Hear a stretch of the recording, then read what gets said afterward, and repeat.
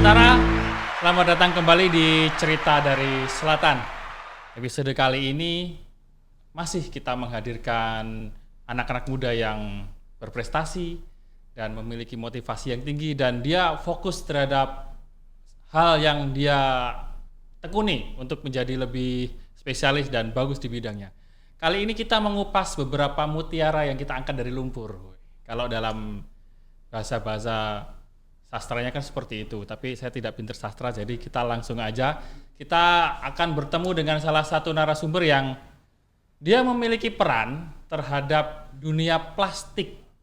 Entah itu apakah plastik jenis seperti apa, atau bahkan bisa menjadi hal-hal yang berguna bagi masyarakat.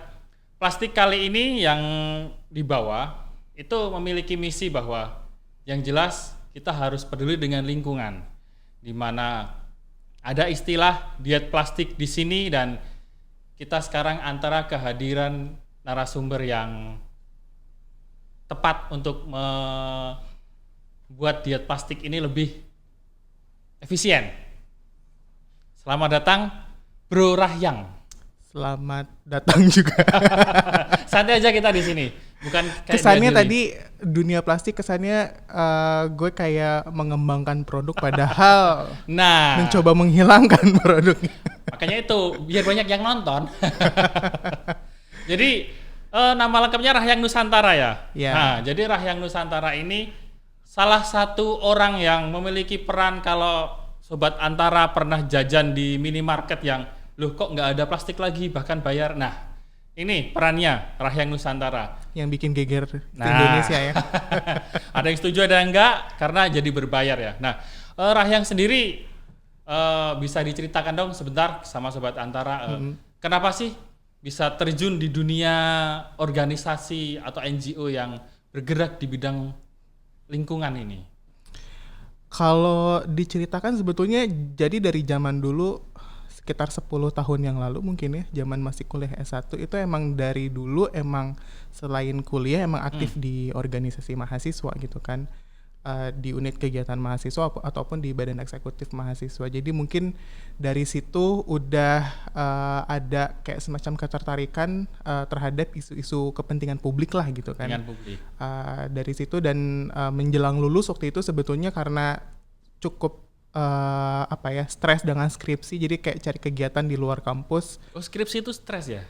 Saya dulu stres soalnya harus ngitung-ngitung tinggi tanaman di rumah kaca. Tunggu. Dulu emang apa sih S1-nya? Dulu S1-nya ngambil budidaya pertanian. Oh, pertanian. S2-nya kita bareng kan? Ya buka kartu dah. Pertanian, jadi menghitung. Iya, banyak lagi diukur lah pokoknya. Salah satunya skripsi saya itu ngukur tinggi tanaman gitu. Kita lumayan stres. Wajar kan. Sih stres. Oke. Jadi cari kegiatan di luar kampus, dan ketemulah salah satu LSM waktu itu. Saya masih di Kota Bandung juga, dan dari situ kayak ada ketertarikan bahwa kayaknya bekerja di dunia non profit itu cukup menarik gitu kan. Dan karena emang dari dulu juga nggak pernah ada kepikiran untuk kerja di pemerintahan ataupun di korporasi sebetulnya. Jadi ya memang dari zaman kuliah aktif di organisasi mahasiswa, setelah lulus pun juga langsung ke LSM tempat saya dulunya voluntary sebetulnya. Tapi itu kan organisasi non profit ya, tapi digaji dong. Ya digaji dong. Berarti tetap butuh profit kan. Oh beda, kalau itu kan lebih ke kayak kontribusi masing-masing lah maksudnya. Kalau itu kan emang ya semua yang ada di dunia ini kan gak ada yang gratisan kan sebetulnya. Asik. No freelance ya? No freelance. Jadi LSM seperti apa yang Anda tekuni sampai sekarang, bahkan Anda bisa mempengaruhi kebijakan bahwa ternyata plastik ini bisa didietin? Ngomong-ngomong, saya 2 bulan PSBB ini udah turun berat badan. Oke. Jadi ngomongin kerjaan sama ngomongin berat badan sekarang nyambung. Biasanya enggak soalnya. Plastik semua itu ya? Plastik semua. Jadi dari zaman masih kuliah sebetulnya udah cukup fokus di organisasi di bidang lingkungan hidup. Cuman waktu setelah lulus fokusnya isu lingkungan hidup yang lebih ke pengelolaan sampah. Jadi dulu emang karena kan dulu di Bandung isu itu cukup besar kan, karena sempat ada bencana longsor di TPA dan di daerah Cimahi, dan Jadinya isu sampah cukup besar di Kota Bandung dan akhirnya terjeblos lah saya di situ gitu kan. Akhirnya Jeblos di sampahnya. belum pernah tuh. Habis bilangnya jeblos. Ya, terjeblos di LSM itulah dan sempat berganti-ganti beberapa LSM sampai akhirnya yang ada di sekarang ini gitu. Dan dulu dari yang isunya lebih luas terus kayak yang sedikit lebih spesifik, sekarang spesifik banget ngomongin kantong plastik sebetulnya.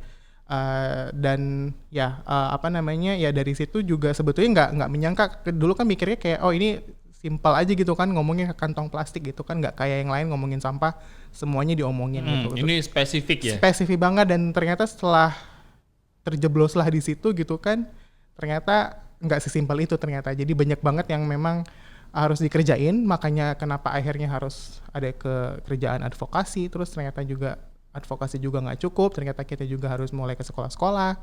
Terus juga kita juga harus mulai kerjasama dengan pelaku usaha juga, khususnya pelaku usaha yang memang dia menyediakan kantong plastik gitu kan. Apa sih nama LSM-nya atau NGO yang sekarang? Oke. Gerakan Indonesia Diet Kantong Plastik. Gerakan Indonesia Diet Kantong Plastik. Jadi memang fokus pada kantong plastiknya.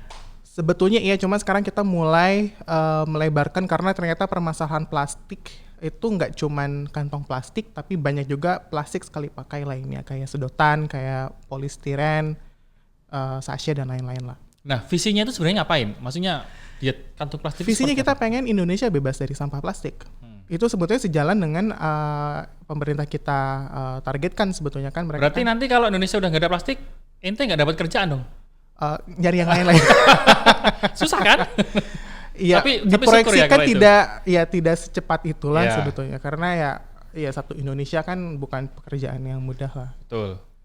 Nah, diet kantong plastik kan berarti meminimalisir atau bahkan kalau bisa dikurangi ya, atau bahkan nggak ada. Bisa pantang juga sebetulnya. Nah, kenapa sih plastik ini harus dihilangin, dan masyarakat kan perlu tahu kenapa plastik ini harus tidak digunakan lagi dan harus diganti dengan produk yang ramah lingkungan. Apa bahayanya kalau menurut Rahyang yang udah mendalami ini, bisa disampaikan ke Sobat Antara yang sedang mendengarkan atau melihat ini?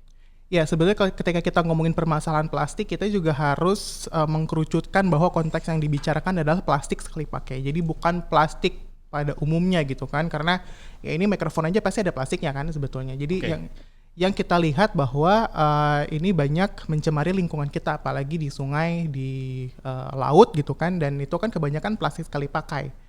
Yang tadi saya sebutin gitu kan, sedotan dan lain-lain gitu. Bukan plastik yang memang digunakan berulang kali dan yang memang punya keuntungan atau manfaat yang bagus buat kita gitu. Jadi fokusnya di situ dulu. Jadi yang kita bicarakan adalah plastik sekali pakai.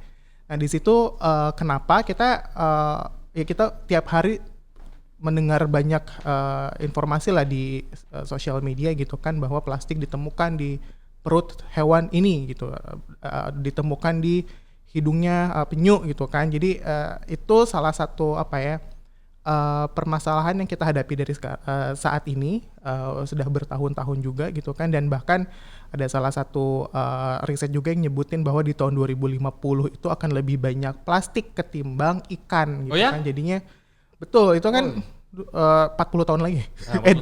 Kita makan plastik dong nanti. Kalau 40 tahun lagi berarti ya? 30-40 tahun lagi ya kita bisa jadi makan plastik. Sekarang sebetulnya udah kita makan plastik. Jadi ada beberapa riset independen yang menyebutkan bahwa di di fesesnya manusia itu udah ada mikroplastik. Wow. Jadi sebetulnya ya kita sudah mengonsumsi plastik. Kita kan nggak tahu dapat dari mana. Bisa jadi dari air mineral yang kita minum dari botol plastik sekali pakai, bisa jadi juga dari makanan yang kita bungkus plastik gitu kan.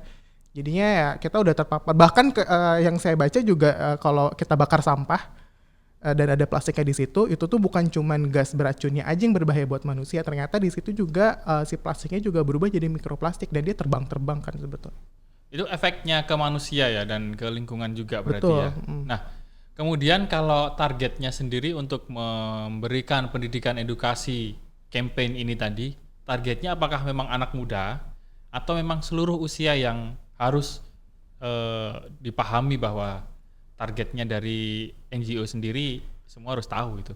Ya, sebetulnya kita kalau untuk ngomongin perubahan perilaku itu hampir ke semua lapisan, tapi beda-beda ya. Jadi kita kayak di kerjaan advokasi kita sebetulnya kan yang jadi target utama pemerintah.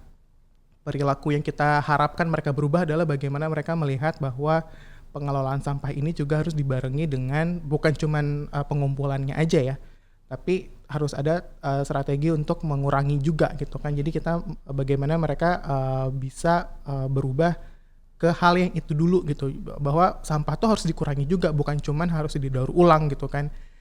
Itu salah satu perubahan perilaku yang kita targetkan ke mereka gitu, dan nantinya outputnya mereka bisa bikin kebijakan-kebijakan yang pro terhadap upaya-upaya pengurangan sampah plastik khususnya gitu. Terus kita juga kalau ngomongin ke publik secara umum sebetulnya itu tergantung ya. Jadi kita ada program ke sekolah namanya Enviro Challenge. Kita berdiskusi dengan teman-teman kita, adik-adik kita di sekolah menengah atas, untuk mereka bisa juga terlibat dalam isu ini di sekolahnya mereka masing-masing gitu kan. Karena yang saya tahu sebetulnya anak muda zaman sekarang itu tuh lebih care, lebih care dan lebih aktif. Dia mau terlibat dalam isu-isu sosial dan lingkungan. Jadinya kita ngasih platform itu sebetulnya. Oke, untuk lingkungan ya. Kemudian gimana ceritanya Rahyang ini bisa menembus kebijakan bahwa minimarket atau supermarket itu udah nggak boleh menggunakan kantong plastik, dan udah di wilayah mana aja yang udah berhasil digolkan, dan apa tantangannya waktu itu? Sebetulnya kita memulai dengan petisi waktu itu, petisi online lah. Semua orang kayaknya sekarang kalau mau menyuarakan sesuatu hal yang penting lewat petisi online. Dan lebih hemat soalnya. Lebih hemat. Kuota aja lah paling. Ya kita memulai dengan petisi itu di tahun 2013 awal. Dan dari situ kan kita nggak cuman di petisi, karena kalau cuman kita kerjaannya cuman di situ doang dan nge-share doang di sosial media, ya nggak bakal actionnya nggak kelihatan. Makanya kita dari situ juga kita menggunakan si petisi kita itu untuk ketemu dengan Kementerian Lingkungan Hidup dan Kehutanan, ketemu dengan beberapa pemerintah daerah juga. Nah dari situ kita bangun komunikasi lah gitu. Cukup lama memang, cuman akhirnya setelah 3 tahunan gitu kan, setelah kita 3 tahun untuk dari mulai awal sampai akhirnya terwujud itu. Itu pun belum 100% terwujud ya, tapi ada uji coba. Jadi itu 2016 kalau masih pada ingat, karena itu lumayan bikin semua surat kabar tiap hari memberitakan tentang itu gitu. Jadi 2016 itu kita mendukung inisiatif dari Kementerian Lingkungan Hidup dan Kehutanan yang menjawab petisi kita untuk mencoba uji coba kantong plastik tidak gratis atau kantong plastik berbayar. Di 27 kota di Indonesia. Itu tadinya justru sebetulnya satu kota sebetulnya di Bandung, tapi ada antusiasme dari pemerintah daerah lain karena mereka juga merasakan bahwa ternyata kantong plastik ini juga bikin TPA mereka numpuk, terus sungai-sungai mereka juga jadi kotor gitu kan. Jadinya banyak inisiatif dari pemerintah daerah, akhirnya kita lakukan itu gitu. Dan kami membantu kementerian untuk bikin konsepnya, strategi komunikasinya, terus sampai ke monitoringnya gitu. Jadi kita sempat mengunjungi 27 daerah itu, dibagi-bagi. Jadi saya nggak ke 27 lah. Capek itu ntar. Ya udah, tepuk tangan dulu lah. Banyak kan penontonnya di sini. Ya itu kita akhirnya menarik sih. Maksudnya ternyata kalau kita memang bisa sampai sejauh itu ya, maksudnya banyak hal yang bisa kita pelajari karena tiap daerah ternyata punya pendekatan yang lumayan berbeda juga gitu kan. Dan gaya komunikasi mereka terhadap retail juga itu beda juga gitu. Jadi sebetulnya yang kita lakukan adalah kita tidak langsung ke retail, tapi kita lewat pemerintah. Ada resistensi nggak sih dari? Oh waktu itu banyak banget waktu itu kan. Banyak juga tuh kan yang tidak setuju. Kenapa Rp200 gitu kan? Kenapa jadi konsumen lagi yang dibebankan gitu kan? Oh, yang bikin resisten nominalnya.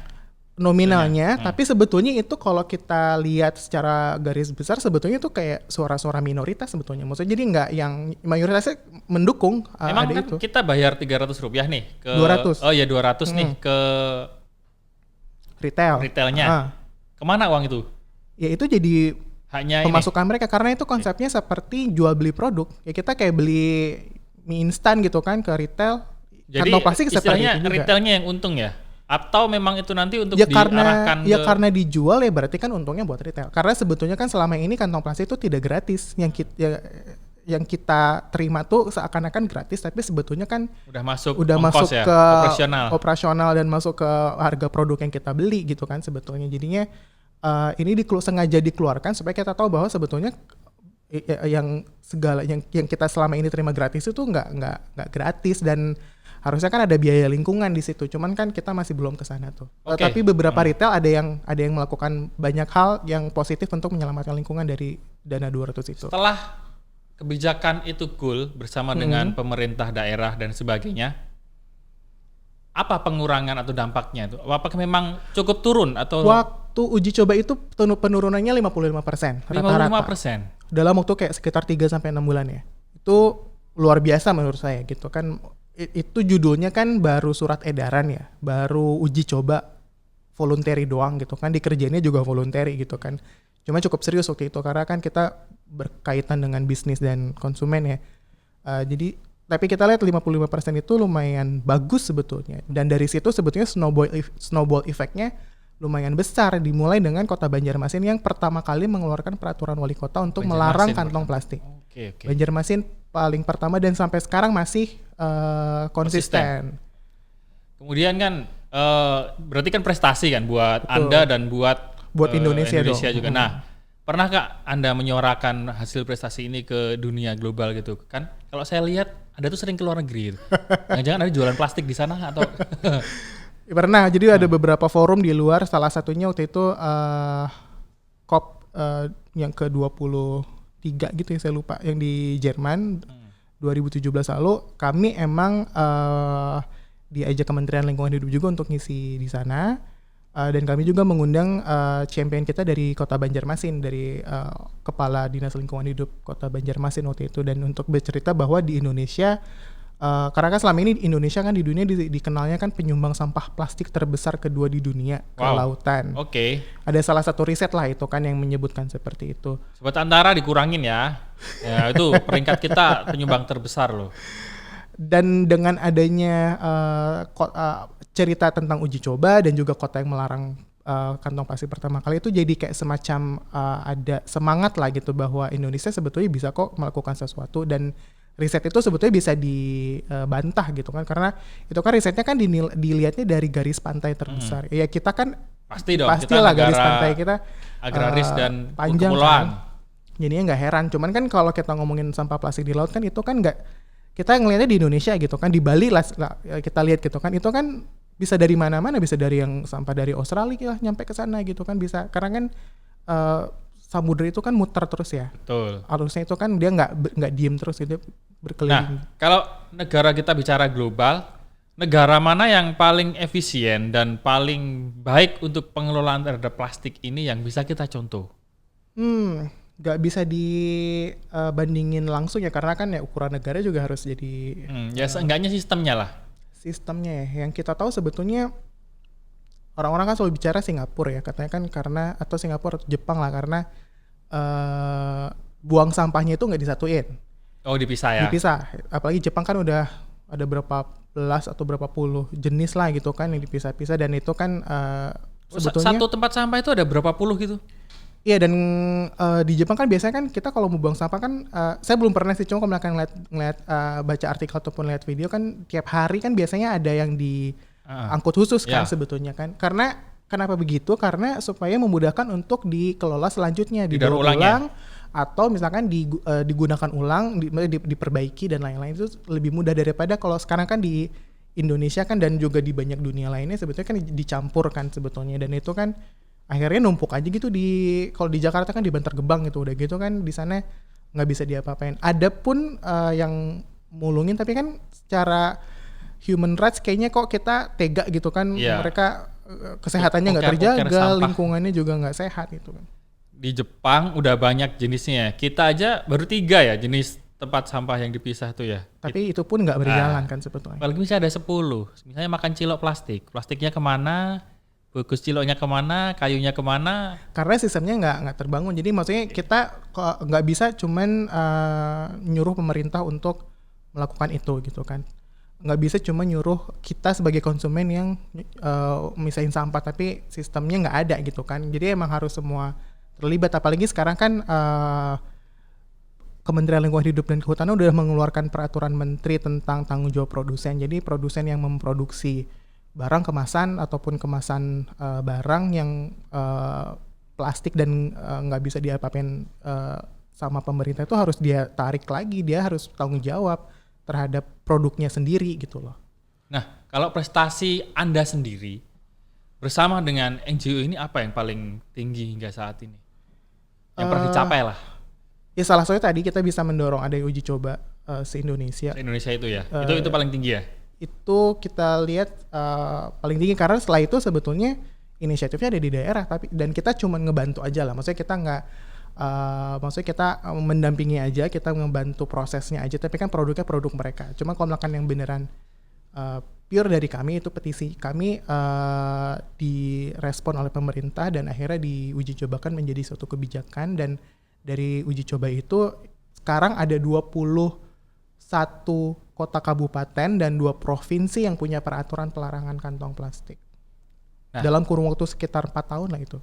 Saya lihat Anda bawa kain-kain ini sama apa mau ngepel atau gimana, saya kurang tahu ya. Bisa diceritain kalau memang kurang kan pendapatan bisa bilang sama kita sampai bawa pel. Oh gitu ya.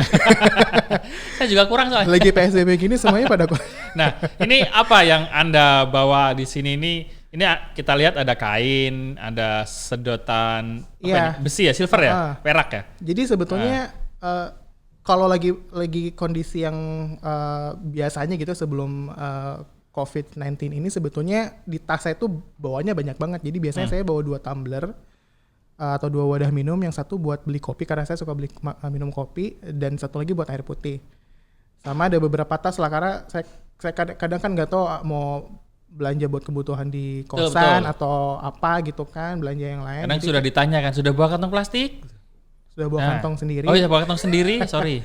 Jadi buat jaga-jaga dipakai apa enggak ya urusan belakangan lah. Jadi saya kira kolor loh itu.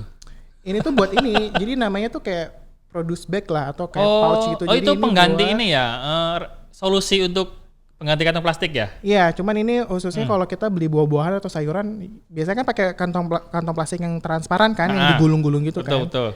Nah, daripada pakai itu, yang mendingan pakai ini gitu. Jadi bisa dipakai lagi, bisa dicuci juga. Anda memberi contoh juga ya bahwa ada kok pengganti yang bisa digunakan terus-menerus ya. Terus nanti ditaruhnya di sini, di tas yang memang buat belanja, itu kan bisa dilipat-lipat dan bisa dicuci. Oh, ini udah banyak tersedia di ini ya? Banyak. Sekarang di mana-mana ada, di minimarket juga udah banyak yang jual kok sebetulnya.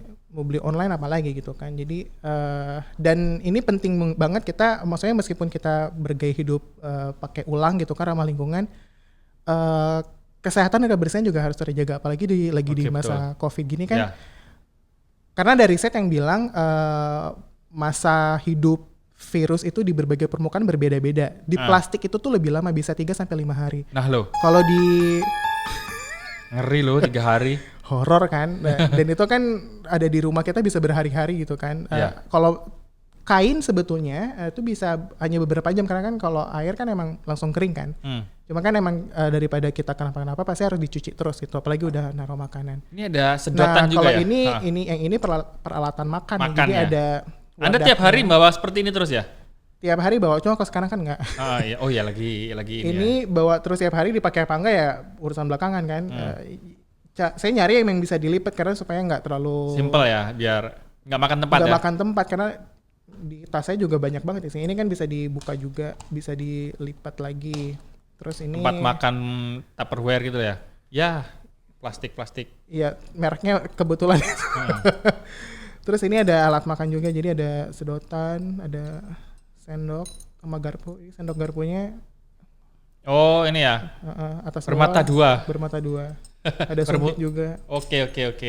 Tapi jarang dipakai sebetulnya, karena kan lebih jarang jalan-jalan juga kan. Jadi kayak ya kalau di kantor kan juga udah ada gelas juga kan. Ya seenggaknya Rahyang memberi contoh lah kepada orang lain bahwa ada kok gaya hidup yang bisa kita hindari dengan bersentuhan dengan plastik ya. Ya, jadi kalau mau beli kopi, boba gitu kan, daripada pakai plastik kan bisa pakai ini. Cuman ya nggak semua toko menerima sih. Jadi saya hanya datang ke yang udah jelas-jelas mereka mau ngasih minumannya kalau saya bawa wadah sendiri. Oh, itu udah terpatri ya dalam sendiri. Oke, bisa memberi contoh ya. Nah, Kalau ada program baru nggak nih dari untuk menghindari plastik ini? Sebetulnya kita sebelum COVID-19 ini di bulan Februari kemarin tuh meluncurkan apa itu tidak baku ya. Gak apa-apa, di sini santai. Meluncurkan program pasar bebas plastik di Pasar Tebet Barat di Pasar Jakarta bebas Selatan. plastik tradisional. Pasar tradisional. Program pertamanya di Tebet. Program pertamanya di Tebet. Sebetulnya di Banjarmasin udah mulai karena kan di Banjarmasin di pasar apungnya mereka kan yang terkenalnya itu juga udah mulai didorong ke sana. Cuman Gak susah itu ngasih tahu emak-emak yang di pasar tradisional. Bedanya dengan retail modern kan, kalau retail modern satu brand gitu kan, dia kan udah bisa langsung bikin sistemnya se-Indonesia gitu kan. Sudah terkomputerisasi lah gitu, kantong plastiknya juga bisa dihitung gitu kan, kita bisa bisa hitung lah inventory kantong plastik mereka berapa. Di pasar tradisional karena mereka kan cuman punya satu kios atau jongkok gitu ya, dan mereka kan kalaupun punya cabang kan nggak terkoneksi secara sistem kan sebetulnya kan.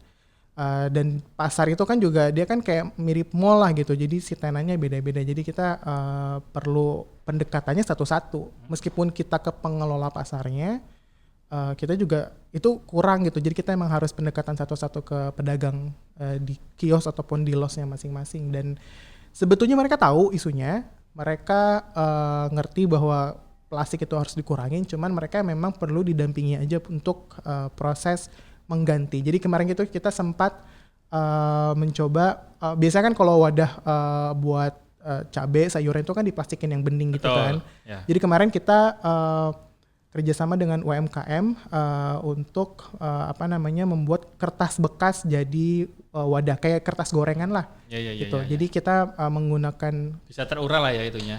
Dan daripada si kertasnya juga jadi sampah kan, mending kita manfaatkan dulu gitu. Jadi kita kemarin sempat mencoba memfasilitasi penggantian kemasan itu, dan juga kita di pasar kan pasti ada toko plastik kan. Nah, toko plastik juga dia punya unek-unek bahwa salah satu pemasukan mereka itu dari jualan kantong plastik. Nah, bagaimana kita tetap mempertahankan toko plastiknya supaya tidak rugi, tapi juga kita bisa jalan programnya. Makanya di toko plastik pun kita juga ajak mereka untuk berjualan tas belanja pakai ulang. Jadi kita sediakan beberapa tas, dan kalau lihat secara visual itu sempat monitoring juga cukup banyak konsumen yang pakai tas itu sebetulnya. Dan cuman memang karena ini kan baru, dan ini juga baru buat kita, baru buat mereka juga, jadi memang belum terlihat progres yang secara signifikan.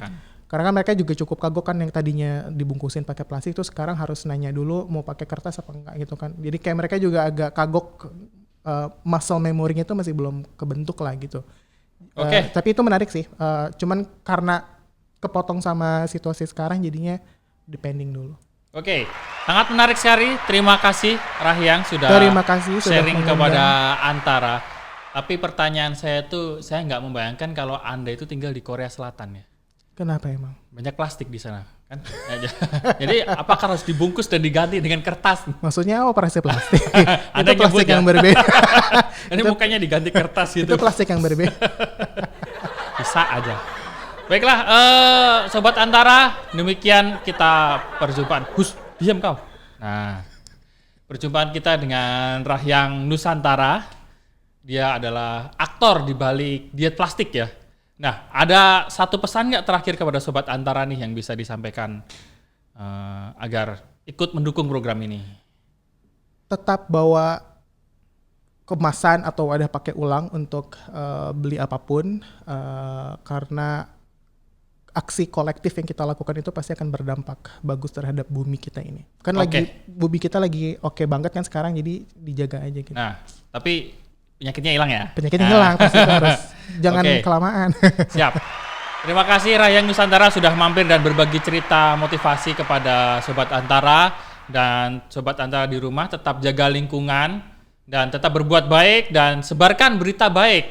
Jangan lupa tetap baca antaranews.com, scroll-scroll, klik ya, bagi-bagilah ke teman, karena kita selalu menuliskan cerita-cerita yang baik, berita baik kepada masyarakat. Dan terima kasih kembali Rahyang Nusantara udah main di kantor Berita Antara dan khususnya di program Cerita dari Selatan. Dan pastinya kalau Cerita dari Selatan akan berjumpa dengan saya Afud Syafril Dan kali ini saya ditemani oleh Rahyang Nusantara yang sebenarnya Dari Jakarta Selatan ya. Kita sering berkolaborasi dulu ya. Iya. Kita pernah bertemu di Bali di satu program. Lanjut lagi ngobrolnya. Nanti durasinya habis, iklannya nggak masuk nanti. Terima kasih atas perhatiannya Sobat Antara. Sampai ketemu lagi di cerita dari selatan yang lain. Nantikan juga kisah-kisah inspiratif dan motivasi yang lain tetap di antaranews.com. Ciao.